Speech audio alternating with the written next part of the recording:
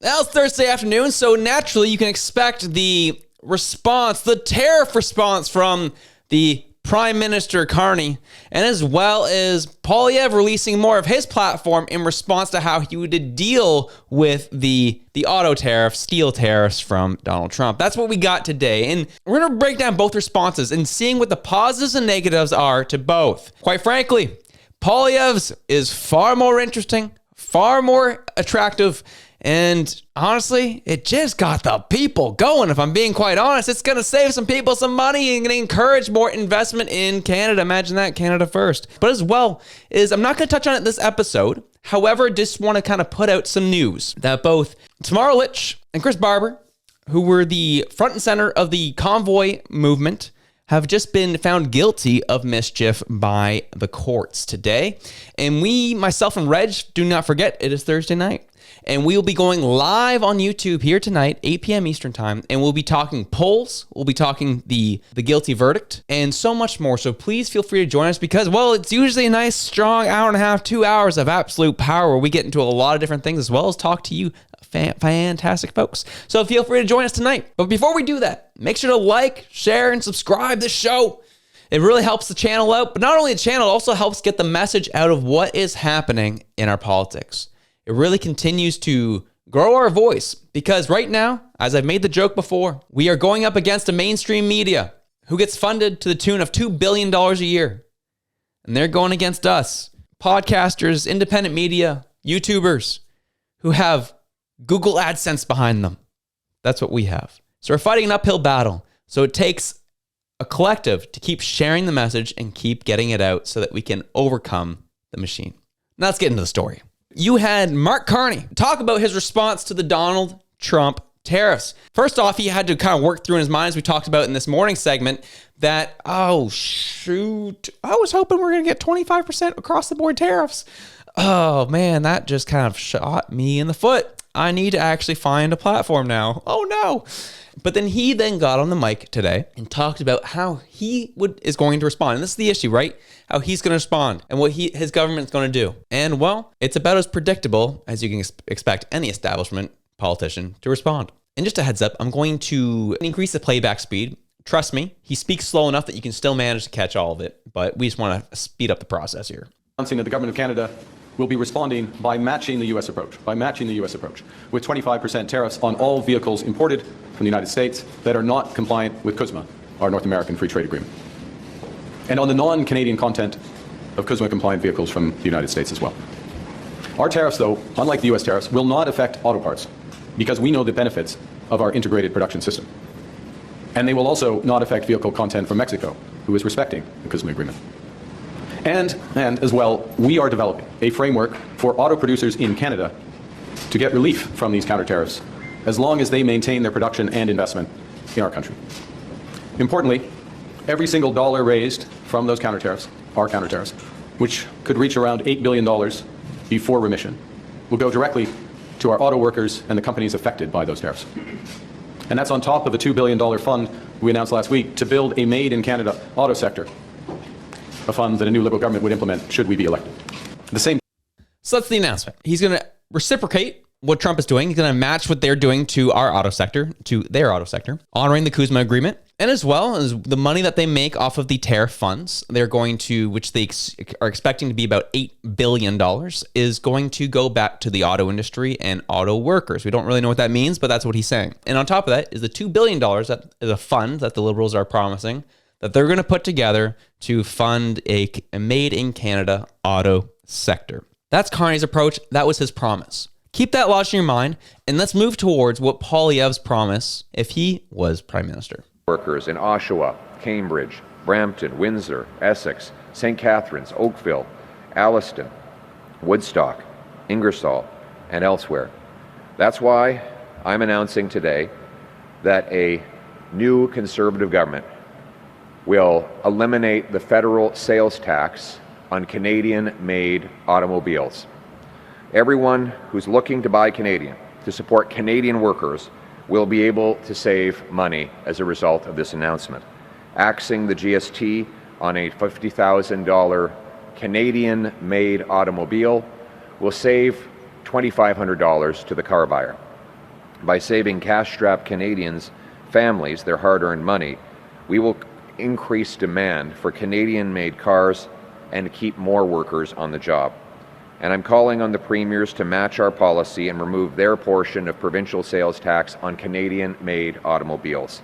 This will have the double effect of supporting workers in the auto sector and also tackling the Liberal inflation crisis that has made everything more expensive. You have Poilievre saying we are going to remove taxes off of the purchase of made in Canada vehicles. And I'm also imploring my premiers to take off their portion of the HST. So the GST and then essentially the PSD will be coming off of that. So could you imagine buying a new car and not having to pay your 15% tax or your 13% tax, whatever it is, to your local province? That's what Poilievre is promising here, which you look at both promises. You have one where we're going to tariff in response and can use those funds to establish and bolster our auto sector. And as well as we have a $2 billion fund of taxpayer funds that we're also going to give in trying to bolster our auto sector. And then you kind of counteract that with the conservative approach, saying we're just going to take the tax off and allow the market dollars to encourage purchasing within our country. And that in of itself, the new buying habits will bolster our auto sector on its own, rather than having to go and get Canadian tax funds and fund it ourselves. That's the difference between the promises. This is more of a different type of approach. But as Poilievre said, one will encourage and put an upward pressure on inflation, and the other is using the dollars that are already currently in the market and using them to our best advantage to try and encourage purchases of Canadian-made vehicles, which will help bolster jobs, help bolster the auto industry, and encourage dollars to flow in to those companies. So it's really kind of what you're thinking. Let's try to strip it back as best as possible. Carney's approach is not a guarantee. It could potentially cause more tension in the relationship between us and the United States, whereas tariffs are kind of going back and forth. And it's not a guarantee that those funds are going to go towards the auto sector. It's not a guarantee that those funds are going to go to the workers on the ground. It's just a promise and hope that will do that. Versus Poilievre's approach, by stripping the tax off it, it incentivizes people to go purchase Canadian-made vehicles. And that guarantees that those funds will stay in Canadian people's pockets versus the government tariffing American companies and us trusting the government to make sure those funds make it to those who are struggling the most through this trade uncertainty. Which one is better? I know the one I'm favoring. I know the one that gives more autonomy to the Canadian people versus one that kind of centralizes power to the government. What are your thoughts? What do you think is a better approach? I know where I stand on that. One is a little bit more politically savvy than the other. One is a little more in your face and aggressive towards the Americans. And the other is, okay, you do you, but we're going to take a more pro-Canada, pro-consumer approach that really restores autonomy and power to our Canadian citizens and their buying power. Yep. Is it incentivizing just Canadian-made goods? Yes. And that's kind of what we want. We want to keep dollars within our country and rebuild our country. That's what we want to see. That's what we want to have happen. And a tax cut like this is aggressive and would do a lot of good for Canadian consumers. So that is the differences of approach. That's the first part of the news. But then the second part is more so Carney's rhetoric as he continued in his address is what really caught my attention today. In time, Canada must be looking elsewhere to expand our trade, to build our economy, and to protect our sovereignty. Canada is ready to take a leadership role in building a coalition of like-minded countries who share our values. We believe in international cooperation. We believe in the free and open exchange of goods, services, and ideas. And if the United States no longer wants to lead, Canada will. Canada is strengthening our trading relationships with reliable partners. We are powerful when we act together.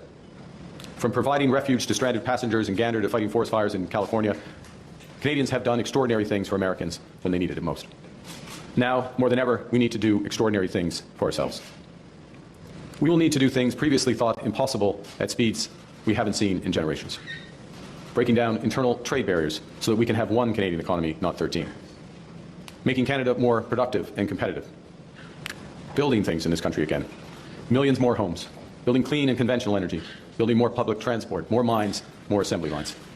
Building new trade corridors with reliable partners. Building a Canada that works for everyone. A Canada that everyone can afford. A Canada worthy of its people. So there you go. The Carney message is more centralization of our country, more centralization of powers, more concentration towards the federal government of what we should be doing moving forward. Really what caught my attention, though, was concerning is what he said at the beginning. The United States isn't going to lead, then we're going to lead. We're going to find people to partner with who align with us. And what does that really mean? Because we know that reported by the Western Standard, and we've heard this from the Bureau as well, is that Mark Carney was consulting with the mayor of Beijing ahead of his liberal leadership race. Mark Carney, only weeks before seeking the liberal leadership race, lobbied Beijing's mayor to deepen cooperation, according to official Chinese records.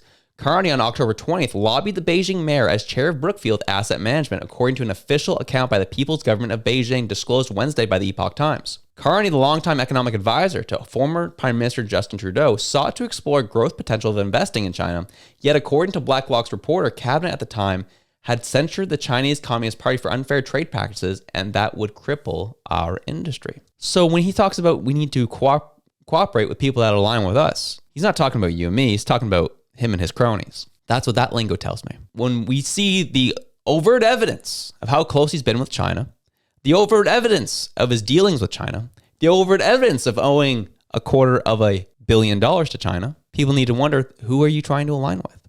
When you have rhetoric saying, well, the United States isn't going to lead, then we're going to lead, and we're going to find people who align with us, and we're going to work around them. Again, it's more rhetoric of centralizing power in Canada, and as well as making our greatest ally our greatest enemy. Because as reported by Reuters, this is a bit of a concern, reported a couple days ago, that China, Japan, and South Korea will jointly respond to U.S. tariffs, Chinese state media says. Japan and South Korea are seeking to import semiconductor raw materials from China, and China is also interested in purchasing chip products from Japan and South Korea. The account Yuhuan Tenxian linked to China Central Television said in a post on Weibo.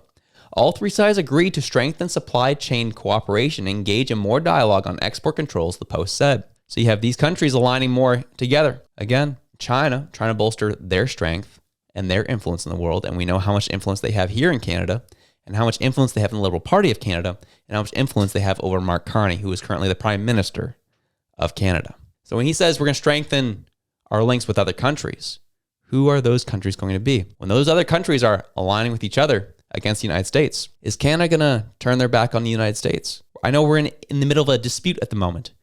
Great friends always have fights. That tends to happen. But is Canada going to really turn their backs on the United States because they're in a fight with their friend? That's what Mark Carney is insinuating in his address today. And you remember a couple weeks back when he says our relationship with the United States is over. Well, he was pushed on that today, saying, he was kind of speaking well of the United States, but also not. And so reporters asked, you said our relationship with the United States is over. Why are we still relying on them for security? Why are we still having those conversations with them? Why are we sharing intelligence with them if it's over? And this was his response. About this, the old relationship when it comes to the tight military and security cooperation being over. So what exactly are you picturing, and what does that mean for NORAD? Well, first and foremost, what I've emphasized has been the commercial relationship, the trading relationship, and the direction of that relationship. It was only a few months ago that many responded to the initial U.S. tariffs and discussions of tariffs by saying, this was not me, to be clear, but some prominent Canadians said, well, we should have a customs union with the United States. We should become closer to the United States. It's clear that that strategy has tremendous risks, would be misguided in my view, and misguided and create tremendous risks. There may be certain sectors where that's the case, but as an overall approach, that view, that relationship's over. As I just said, our military and security relationship is still, with the United States, is still our most important one, without question. So I didn't declare the end of that, and I'm not declaring the end of that. What I have emphasized, and my government has taken action on, is diversifying and reinforcing other aspects of our security partnership. So we have signed a major defense agreement with Australia, over the Horizon Radar. My trips to Paris and London were partly about deepening our security partnerships with those countries. We're looking on diversification in terms of maritime procurement and other aspects of procurement. We're reviewing the F-35 fighters to make sure that that's the right approach for the country going forward, given the other considerations. Softening his approach, isn't he? Oh, it's not over. We still got to work at them. It's just we got to diversify. You said last week that our relationship was over in no uncertain terms, because we covered it on the show and we played the tape. You said it was over with our $1 trillion ally. It was over, but now he's softening it. What do you mean that was over? Wow. Smoke and mirrors, move things around, make sure people don't forget what you said. What's it going to be, Mark Carney? What's the reality? Mr. Yves Blanchet, the Bloc Québécois, had some questions about Mark Carney as well and his approach as a caretaker PM and the decisions he's making that he really shouldn't be making if he's a caretaker prime minister at this point in time. We answer that question every 3 days. Mr. Carney is trying to be elected as Prime Minister of Canada. He has not been elected yet. So for now, he's taking initiatives in relation to the U.S. or to the premiers of the provinces and Quebec, assuming that he will be Prime Minister of Canada. And that's the reason why he called Mr. Trump. He said, you know, if there's an election, don't worry, it'll be me. Now, we're talking about the federal parliament here that has not been composed yet because the campaign is not over. He cannot do things that he hasn't got the ability to do as prime minister. And we believe that in relation to the United States, after the election, there can be real negotiations. Yves Blanchet calling it out, saying the exact same things that we're seeing. This guy's acting like he is the prime minister. Yes, in name only he is, but he's a caretaker prime minister. He shouldn't be making significant and decisive actions in this role at the moment.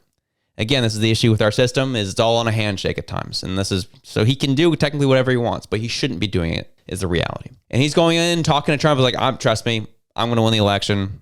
You'll be talking to me. This is the exact thing that Blanchet's referring to here. And we haven't, we've heard the rhetoric at times from Carney, but we haven't heard it directly. And then he caught himself today when addressing the press, insinuating that exact same idea. What was also progress in the call the President and I had last week is this agreement that we will sit down, future Prime Minister and him as President will sit down and begin negotiations on the overall economic and security. We will sit down. The future prime minister and him will sit down. He's viewing this election very similarly to how he led the Liberal leadership race. There's a lot of weirdness going on. There's a lot of feet kissing of Mark Carney these days in the media, in our establishment, in our institutions, that make the regular people like you and myself perk up and be like, what's that all about? I have some questions about that. And for Mark Carney to think that he's just automatically going to be PM, Blanchet calling out the BS himself, saying, why is this guy acting like he's our prime minister when he's not?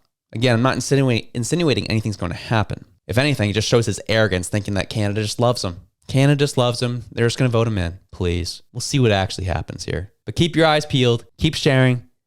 Keep liking. And let's keep moving forward. I'll see you tonight with Reg on Live. Have yourselves a good one. I'm out.